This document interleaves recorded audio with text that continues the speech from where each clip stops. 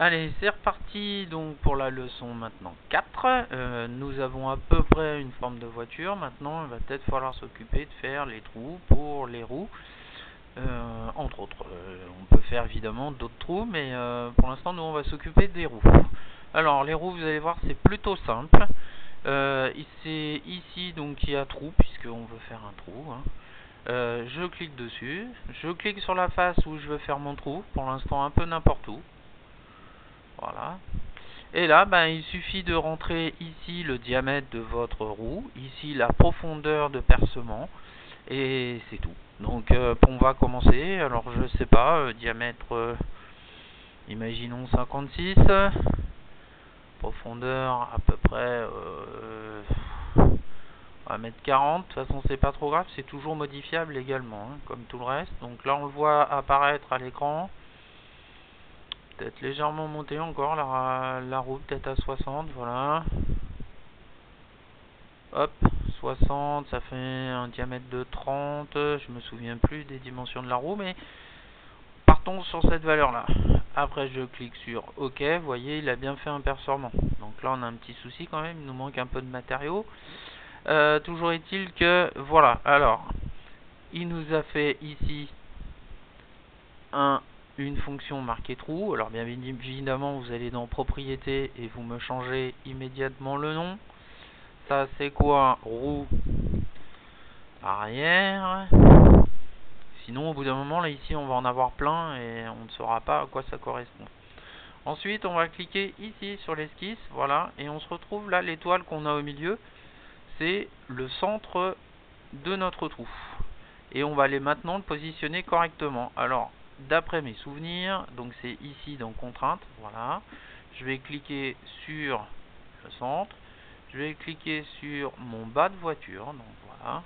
Il me met une valeur, et je crois me souvenir, alors je sais plus de mémoire, mais il me semble que c'est 21. À vérifier sur les plans, voilà. Pareil, je vais refaire une contrainte entre mon centre et, alors là il faudrait que je chope, j'espère que je vais pouvoir rattraper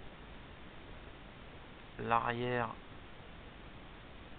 Hop, alors par contre là je suis en diagonale donc ça me va pas. Hop, donc je vais recommencer, je voudrais la même chose mais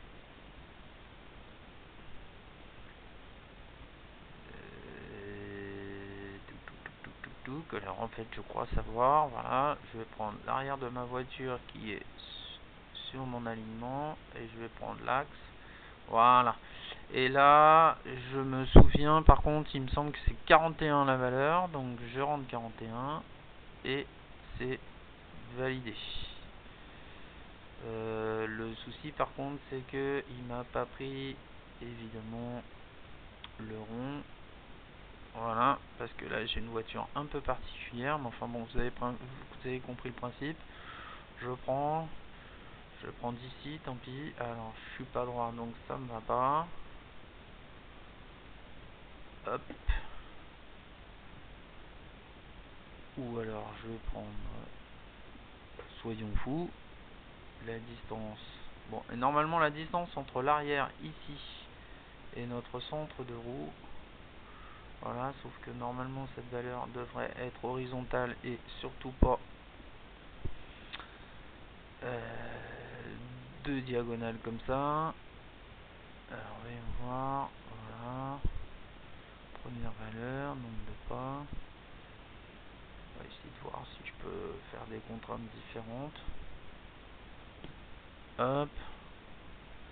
Mais là c'est ma voiture qui me pose problème, c'est vous, ce sera normalement beaucoup plus simple. Voilà. Bon, on va dire que c'est 41, vous serez en horizontal, voilà. Une fois qu'on a fini ça, on ressort de notre esquisse, puisque là on était en 2D, on ressort, et voilà, il a déplacé le trou, donc là vous voyez qu'on est un petit peu trop grand, qu'on coupe la voiture, rien ne m'empêche de retourner dessus, baisser un petit peu le format de mon trou, et cette fois-ci j'ai bien une roue où j'ai un peu de carrosserie. Pour la roue avant, c'est pareil, je fais trou, Je clique à peu près à l'endroit, je définis les dimensions, imaginons qu'on en fait une plus petite, 40, profondeur, alors à vous de réfléchir, il me semble que la roue fait 20 de profondeur, il faut un espace bien évidemment entre la roue et la carrosserie, donc j'ai fait 25. Voilà, ça m'a fait trou 2, je recommence, je clique sur le bouton droit de ma souris, je vais dans propriétés, cette fois-ci c'est la roue avant. Voilà, je valide. Une fois que j'ai validé, je vais sur le plus, je double-clique sur l'esquisse et à nouveau je vais pouvoir régler les dimensions. Donc là, la dimension entre le bas de caisse et ici, donc là ça se calcule, on va dire que là c'est 14 mais il faudrait le calculer, hop. Et à nouveau, alors soit je définis la distance par rapport à l'arrière, soit par rapport à l'avant, je peux le définir par rapport à n'importe quel point de ma voiture. À vous de bien réfléchir. Donc imaginons que je veux l'avancer un peu plus, donc je vais me mettre en 50, voilà. Et quand je sors de mon esquisse, donc par ce bouton là, hop, normalement j'aurais dû, ah si, normalement j'ai mon trou.